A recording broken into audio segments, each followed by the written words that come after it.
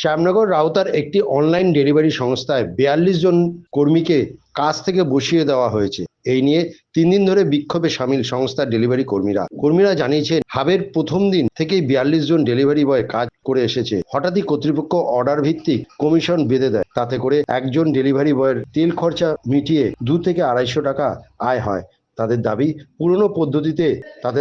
পুরনো পদ্ধতিতে ইনসেন্টিভ সমেত ৫-৬০০ টাকা আসতো। নতুন পদ্ধতিতে সংস্থার ডেলিভারি কর্মীরা কাজ বন্ধ করে দেয়। অভিযোগ, কর্তৃপক্ষের বাইরে থেকে লোক নিয়ে এসে ডেলিভারির চেষ্টা করছে। যদিও অনলাইন ডেলিভারি সংস্থা কর্তৃপক্ষ এ বিষয়ে মুখ খুলতে চাননি। আপনাদের এমপ্লয়িরা বিক্ষোভ দেখাচ্ছে, কি বলবেন? কথা বলতে পারবেন তো? বিক্ষোভ দেখাচ্ছে তো, ওরা বিক্ষোভ দেখা স্ট্রাইক করছে না, ওরা অভিযোগ করছে আপনাদের বিরুদ্ধে। ডে ওয়ান থেকে কর্মীরা রয়েছে, আপনাদের বাইরে থেকে লোক নিয়ে এসে কাজ করাচ্ছে অভিযোগ। দাদা কি বলবেন? আপনাদের এমপ্লয়িরা অভিযোগ করছে। দাদা কি বলবেন? দাদা কি বলবেন?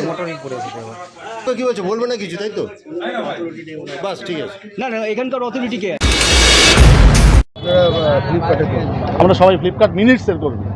সব ফ্লিপকার্টের কোম্পানি, মাদার কোম্পানি।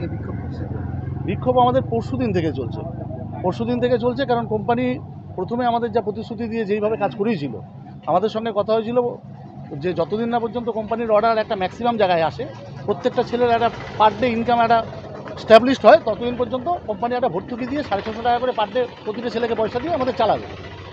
হঠাৎ করে গত দুদিন আগে ইন্ডিয়া পাকিস্তান যেদিন খেলা হলো, তার পরের দিন এসে আমাদের জানালো, মিষ্টি নিয়ে আসলো। টিএল আর আমাদের যে ব্রাঞ্চ ম্যানেজার আছে, মিষ্টি নিয়ে আসলো, খাওয়ালো। আমরা জিজ্ঞেস করলাম, স্যার হঠাৎ করে মিষ্টি কেন? আমাদের বললো না, রিফ্রেশমেন্ট। এটা মাঝে মধ্যে করে ওরা, যে এক্সট্রা কাজ করালে রিফ্রেশমেন্টের জন্য একটা মিষ্টি খাওয়ায়।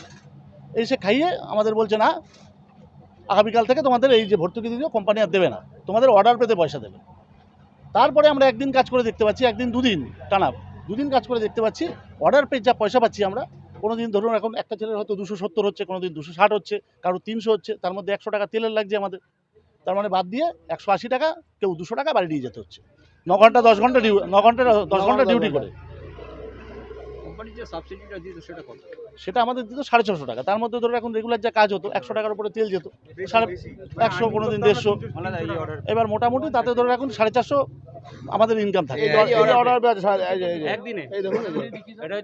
একদিনে অর্ডার বেজ যেটা, এবার আমরা ম্যানেজমেন্টকে শুধু একটাই কথা বলছি, আমরা স্ট্রাইক করছি এই কারণেই যে আমরা চাইছি যতদিন না পর্যন্ত 750-800 উপরে অর্ডারটা যায়, আমরা একটা মোটামুটি একটা আর্নিং আমাদের রেগুলার হয়, রেগুলার বেসিসে, যেটা রোজ মিনিমাম রোজ যে অন্তত 450-500 টাকা রেগুলার তেল ফেল বাদ দিয়ে আমরা পাই, ততদিন পর্যন্ত এমজিটা চলুক। কোম্পানি মানছে না কিছুতেই। ম্যানেজমেন্টের সাথে একবার না অনেকবার কথা বলা হলো, 3 দিন ধরে বলা হলো। ওরা উল্টো ভয় দেখাচ্ছে আমাদের, লিগ্যালের ভয় দেখাচ্ছে, লিগ্যাল অ্যাকশন হবে, এই হবে ওই হবে। শুধু তাই না, ওরা আমাদের বলছে এখন 1 সপ্তাহ কাজ করুন, আমরা দেখবো, দেখে তারপরে কোম্পানি ডিসিশন নেবে রেট কার্ড বাড়াই দেবে। আমরা বলছি, দাদা লাস্ট 2 মাস ধরে কাজ হচ্ছে, কোম্পানির কাছে তো সব ডেটা আছে, তো কোম্পানি সেটা কেন দেখছে না? 4 দিনে কি ডেটা উন্নতি হবে? ডে ওয়ান থেকে তো কাজ করছেন। ডে ওয়ান থেকে আমরা কাজ করছি, হাবের ওপেন থেকে একদম আমরা প্রথম দিন থেকে আমরা লগইন, প্রত্যেকটা ছেলে। মানে আপনাদের তারই নতুন কোনো, হ্যাঁ একদম। আজকে অলরেডি ওরা ওদের জেদ রাখবে বলে জানানো প্রকারে, যেহেতু আপার ম্যানেজমেন্ট বলে গেছে আজকে হাব ওপেন করতেই হবে, ওরা 4টে ছেলে বাইরে থেকে নিয়ে এসে আজকে হাব ওপেন করাবে। দেখুন প্রত্যেকটা ছেলে রাইডার, তারাও কাজ করে, আমরাও কাজ করি। আমরা তাদের বুঝিয়ে বললাম যে ভাই দেখ, আমাদের কোনো রকম ভয় দেখানো না, কিছু না। আমরা তাদের ভদ্রভাবে বললাম যে ভাই তোরাও কাজ করিস, আমরাও কাজ করি। 42 ছেলের পেটে লাথি মেরে কোম্পানি আজকে তোদের নিয়েছে, কালকে সুসময় আসলে তোদেরও লাথি মারবে। আমরা এইভাবে বুঝেছি, ছেলেগুলো বুঝে বলছে না আমরা কাজ করবো না। আমার নাম মলয় ভট্টাচার্য। এমজিটা থাকলে আমাদের খুব ভালো হয়, তাহলে কারণ হচ্ছে এই এমজির উপর ভরসা করে না অনেক ছেলে আছে, নতুন বাচ্চা ছেলে বলো, এমনি ছেলে বলো, এরা সব গাড়ি কিনেছে, কেউ মোবাইল কিনেছে, তাদের ইএমআইগুলো টানতে হবে। এটা যদি বন্ধ হয়ে যায়, এই ইএমআইগুলো তারা কীভাবে টানবে? আমাদের যদি আর্নিংটা কমে যায়, তাহলে তো প্রত্যেকটা আমাদের সংসার আছে, প্রত্যেকটা ছেলে বাচ্চা কাজ আছে, তারা এগুলো যদি টাকাটা যদি কম পায়, সেক্ষেত্রে তাহলে তারা কী করে চালাবে সংসারগুলো? ছুটির দিন আমি বিশেষ করে 14 ঘন্টা 15 ঘন্টা টাইম দিয়েছি। এটা যদি আমাদের টিএল আছে না, টিএল আসলেও আমাদের রাত্রি 3টে পর্যন্ত আমাদের কাজ করেছে, করে দিন সকাল 6টা থেকে রাত্রি 3টে পর্যন্ত কাজ করেছি।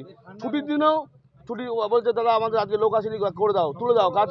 আমরা হাফটাকে ভালোবাসি, আমরা হাফটা খুব ভালোবাসি, এই জন্য হাফটা যাতে ঠিকই থাকে, সেই জন্য আমরা নিজেরা সবাই, প্রত্যেকটা ছেলে সময় নেই অসময় নেই, যখন এটাকে সবাই চলে এসেছি, এসে কাজ তুলে দিয়েছি। একটাকে শুধু গ্রুপে একটা মেসেজ এসছে, আসতে হবে, আমরা সবাই চলে এসেছি। না সবাই রাইডার, সবাই ডেলিভারি, সবাই রাইডার। 40-42 জন আপনার যে এখন কাজ হারালেন, চিন্তা ভাবনা করছেন? আমরা যতক্ষণ আমাদের মানে দাবি যেটা আছে সেটা যদি না মানে আমরা এভাবেই চলতে থাকবো, স্ট্রাইকের মধ্যেই থাকবো আমরা। আমার নাম অরিন্দম গুণ।